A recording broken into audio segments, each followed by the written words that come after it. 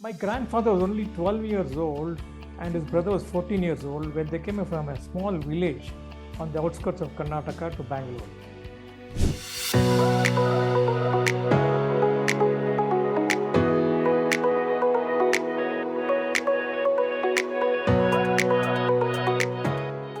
Hello, everyone, and welcome to FaceTime with Leaders, the podcast series brought to you by Directors Institute World Council of Directors. I am Rajesh Joshi, and today we have the distinct privilege of speaking with a truly inspiring leader, a third generation entrepreneur, and a trailblazer in the Indian business landscape. Our guest today, Mr. Pradeep Devatha, has dedicated over 40 years to driving excellence and innovation in both the textile and real estate industries, starting with his family's legacy business, Devatha Fabrics, which dates back to the early 1900s. He's been a key figure in expanding and modernizing the company's diverse portfolio. Not only has he shaped the business landscape across South India, but his work also extends to managing multiple business functions, from marketing and sales to finance and operations, making him a true multidisciplinary leader. In today's episode, we will delve deep into Mr. Devta's entrepreneurial journey, his insights into building sustainable brands, and his approach to leadership that balances heritage with the demands of a rapidly changing business environment.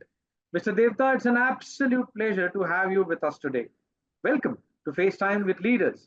We are excited to hear your story and learn from your vast experience. Thank you for having me.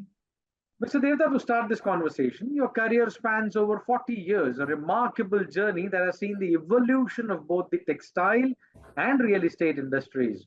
From the early days of Devta Fabrics to launching innovative brands like Mark Anderson and Tattva, you've clearly navigated a fascinating path. Looking back, what would you say were the key turning points or moments that really shaped your career journey? We are eager to hear the story behind your remarkable journey and the experiences that have had the greatest impact on your approach to leadership. Yeah, sure, Mr. Joshi. There were few factors which made me take this journey. We have a heritage of 75 years being in the silk saree business. And as many people know that Bangalore is a big center for silk sarees, where the yarn and the fabric and the sarees are manufactured in very big quantities. So we have retailers from all over India as well as all over the world, where the ethnic population stays, to come to Bangalore and buy sarees from us. So this was what our legacy business was, started by my grandfather, continued by my father, and also I joined him too in 1984. So this was the business that I joined, and few things that made me change my mind, because silk sarees was only a product. So we used to supply to many retail brands like Nalli, Kumarans, Pothis, all of them. And one fine day, I was visiting Nalli, and I was sitting there at the counter, and I noticed the salesman selling our saree to the consumer. So I was keen to know how you're selling it. And I was really shocked to hear him say that this product is from the Nalli design.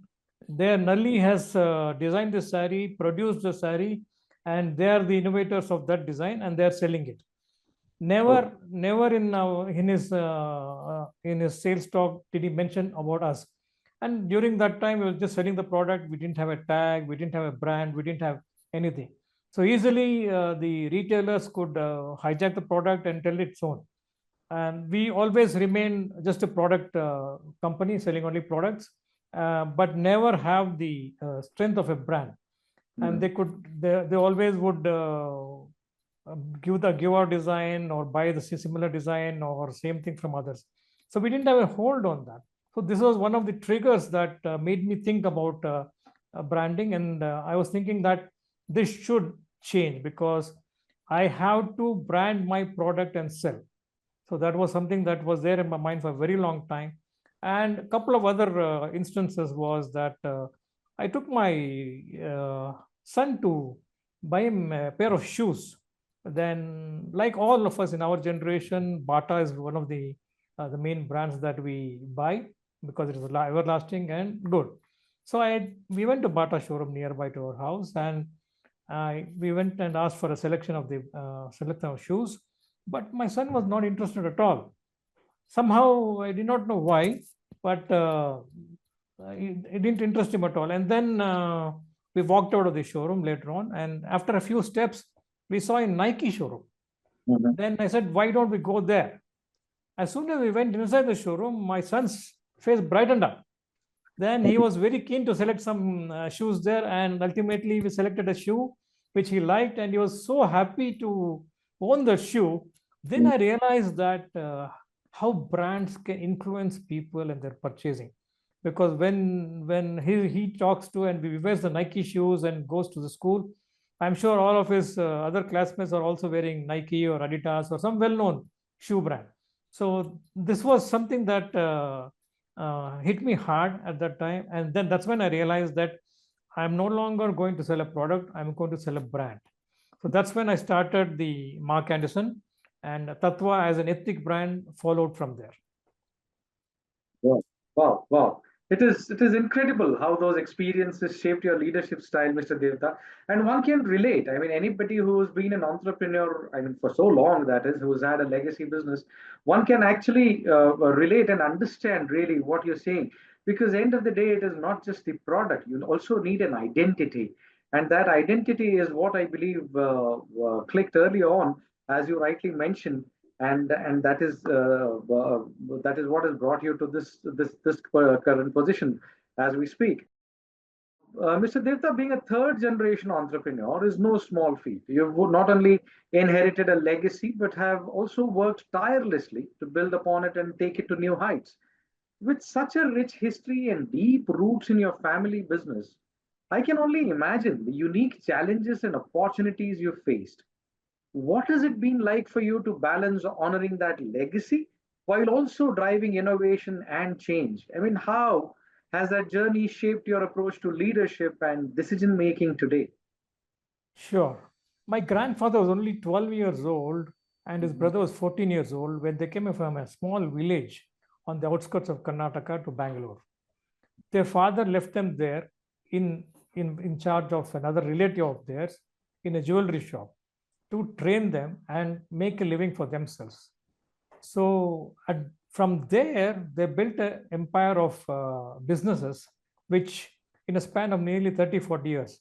I used to listen from my father all the hard work they had put in, all the stories about their business acumen and their integrity and their principles, and how they faced problems and how they overcame the problems. And all this was very much etched in our mind from childhood.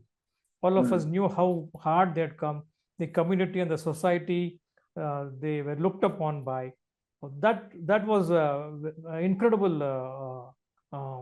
lesson for all of us. And also the second generation, where my father and my uncles carried the legacy in a similar manner, like how our grandfather and his brother did. So that itself was we didn't need to look very far for mentors or inspiration from anybody else. Our father and our uncles itself were there. So it became very etched in our minds, saying that we have to continue the legacy to honor them, and also with whatever adversities that we could face. I would always relate to the story of my grandfather and my uncle, saying that, oh, this is how they tackle that. So this is nothing new. I can tackle it. I am from the same blood. So it's nothing new. If they could do so much and so face such adversities, this is hardly anything for me to face. So I will do it. So this was a strength from my legacy of grandfather and my uncles, which has taken me so far. Oh, wow. You mentioned about branding, Mr. Devta. Tattva has truly become a standout brand in South India since its launch in 2014, carving out a special place in the hearts of the audience. But with so many options in the market, there must have been a few key moments where you had to make bold decisions or take calculated risks to make Tattva what it is today.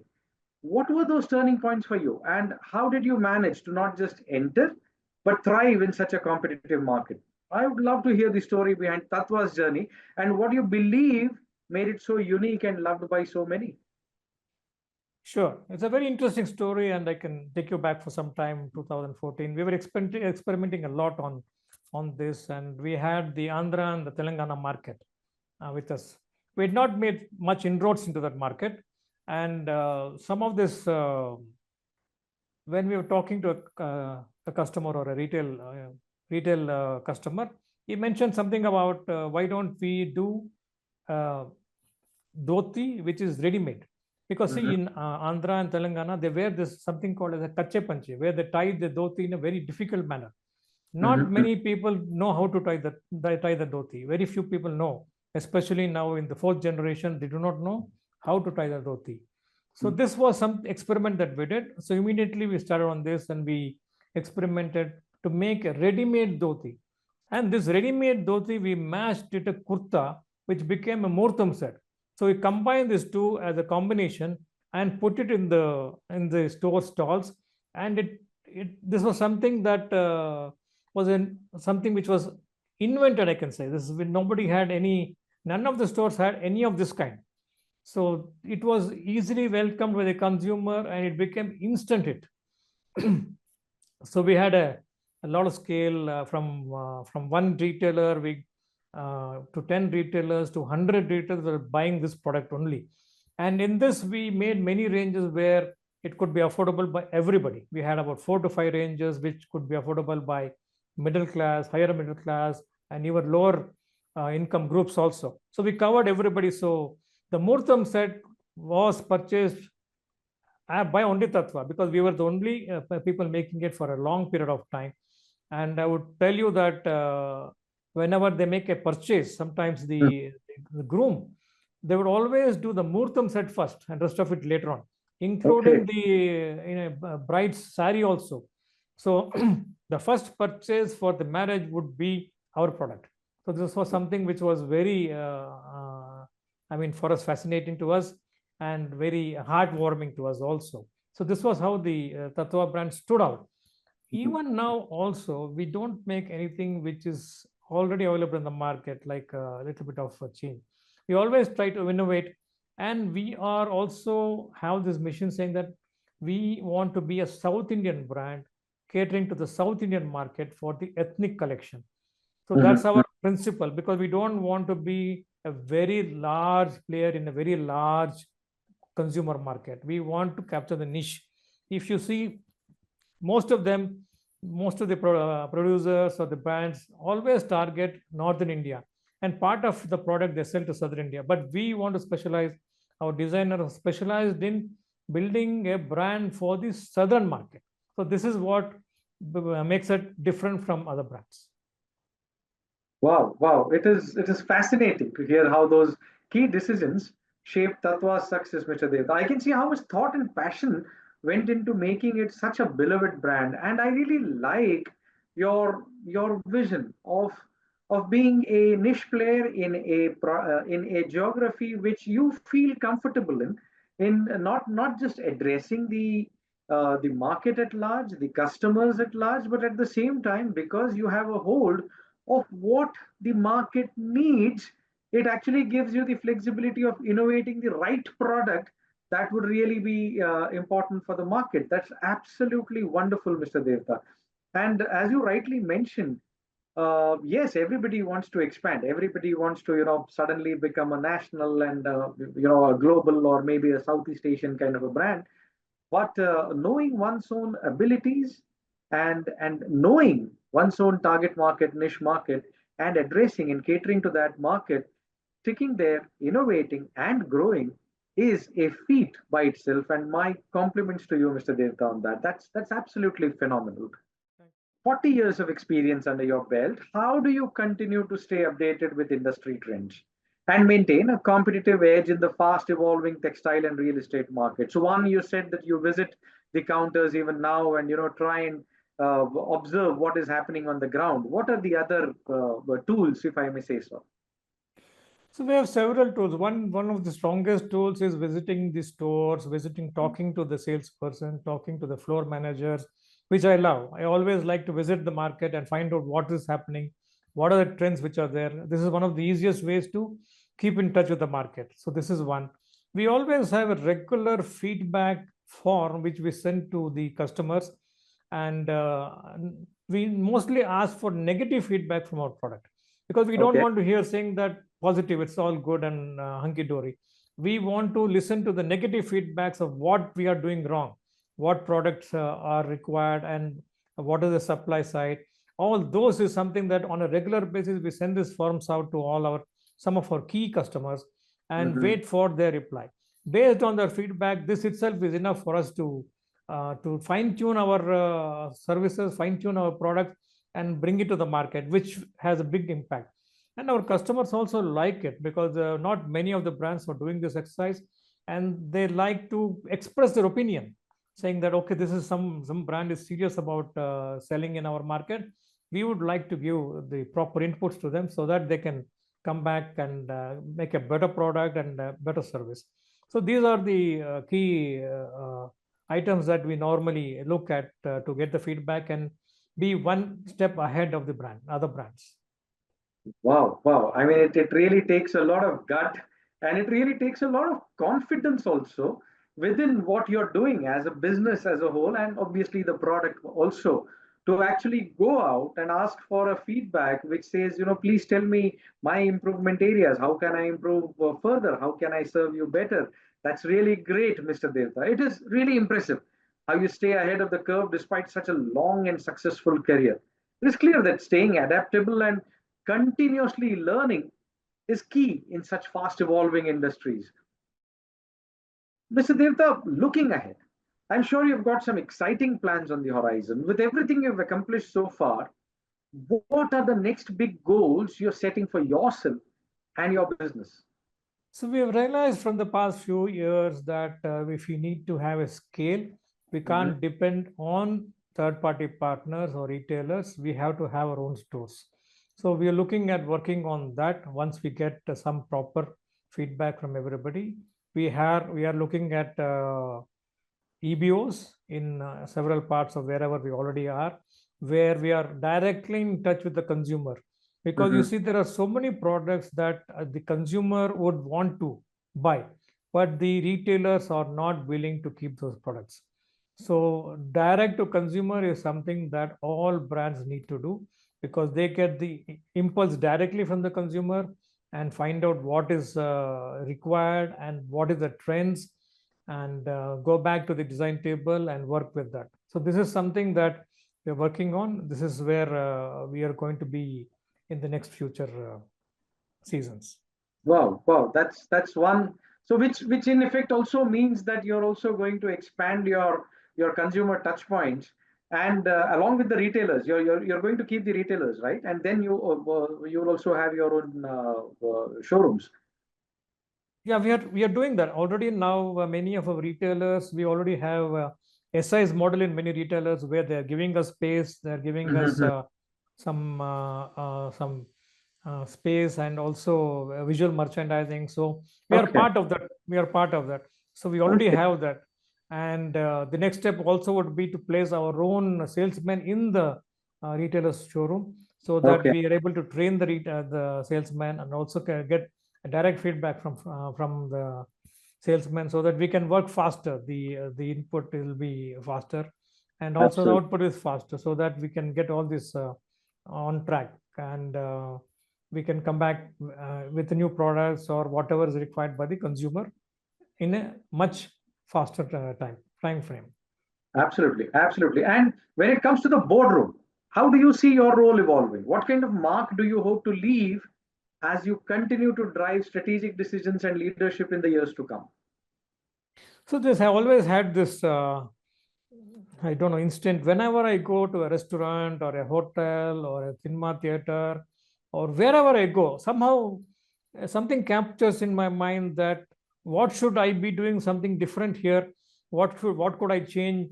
Why is that not being like that? Can it be different here? Can I change the system, or can I change the model? It's always to me, even when I do in the traffic, I always think there are so many ideas I get. Why does the traffic has to be like that? If I do this, would it be a different? And also with my vast experience of this 40 years, I've done so many experiments. Many have failed, but many are successful on those failures. So my mind is always thinking about what should be done. Why is it not being done? So whenever I'm in a boardroom or when I watch a company, for me it's positive critics, not negative critics. So can this be done? I think if it can be done, so why not? Why are they not doing it? And in the boardroom, I will have the forum. I will have somebody I can speak to and somebody who can listen to, and probably some of the ideas can be incorporated for their businesses, which can also help them scale or do better. Absolutely, absolutely. It is incredible how you're always thinking ahead, and your vision for the future really shows how you're more committed to growth, both for yourself and your business. Which brings me to a very pertinent question, Mr. Devta. Sustainability is becoming a key focus across industries, especially in textiles, where consumers are increasingly looking for ethical and eco friendly practices. With your vast experience in both textiles and real estate, how do you see the integration of corporate governance and ESG principles shaping the future of these sectors? And more personally, how important do you think it is for leaders like yourself to champion these values in today's fast evolving markets? Josh, ESG and sustainability is becoming important, and going forward, generation to generation, it is going to be very, very important. If the Mhm. consumer can relate to this ESG and sustainability, your product is going to do well. You know the problem that we are facing in climate change and other related problems, and the generation is much more vociferous about it. So, if the product or the brand is not tuned or in sync with all this, the product will not, or the brand will not do well. You have to keep this in mind and make in your own way whatever sustainability or all these things can be done. There's so many things we can do. So in our own business now, we are, so textile is a commodity, and many of them use it for a few months and then just throw it or just give it off to somebody. So we also have a way where we can bring back that stuff and give it to the economically weaker section. And we Mhm. have tied up with Rotary organization. So wherever our products we are not able to sell, we don't throw it. We just give it to them, and the Rotary also gives it to many poor people. And there are many ways that we are doing. Even in our own office, also we try to be as sustainable as possible in a small way. So there are many, Right. many ways that we can do. It can be small, but you look at thousands of businesses following the same small principles. It can scale up to very high figure. So that's what Oh, we are yeah. doing Oh, everywhere, yeah. whether it is water, whether it is anything else that we could make it better than before and make it sustainable, then we'll do it. And corporate governance compliance has been very, very strong in our our firm. I Mhm. am very much, I take care of the compliance and of all the things. And now India is becoming a country uh, which is also close to Western countries. And if you don't have the compliances and the governance principle, you're not going to become a country of that standard. So we have to also do our duty to make this work. Absolutely, absolutely, Mr. Devta. I mean, that is such an insightful perspective. I really appreciate that you haven't kept it just as items that are very good discussion points, but you've actually inculcated those practices, even albeit at a smaller level. But at least you've made a start. You have ensured that your organization is compliant, your organization is taking care of the social responsibility, and obviously governance. I'm sure it all runs through the entire 40 years of legacy that you have. It is really inspiring, Mr. Devta. Uh, which brings us to the last question. Mr. Devta, I hear you've recently become a part of Directors Institute family. How has your experience been so far? Has anything stood out or surprised you about being part of this network? I'm curious to hear how it's been for you so far. Uh, I'm happy you asked this question, Mr. Joshi.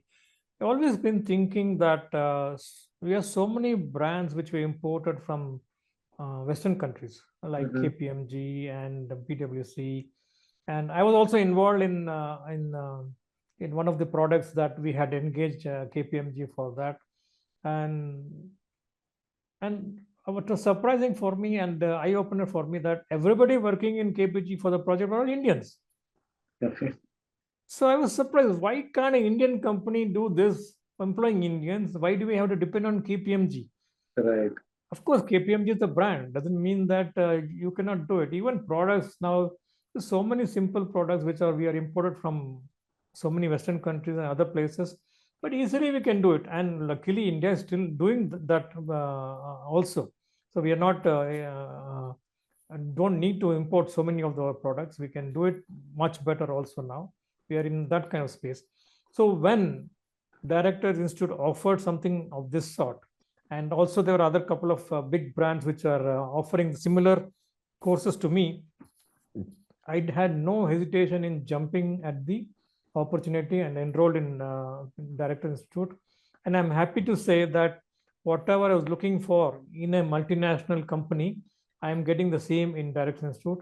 They've been pretty professional, they've been pretty proactive, and I would love to recommend Director Institute to anybody, any of my peers and my friends.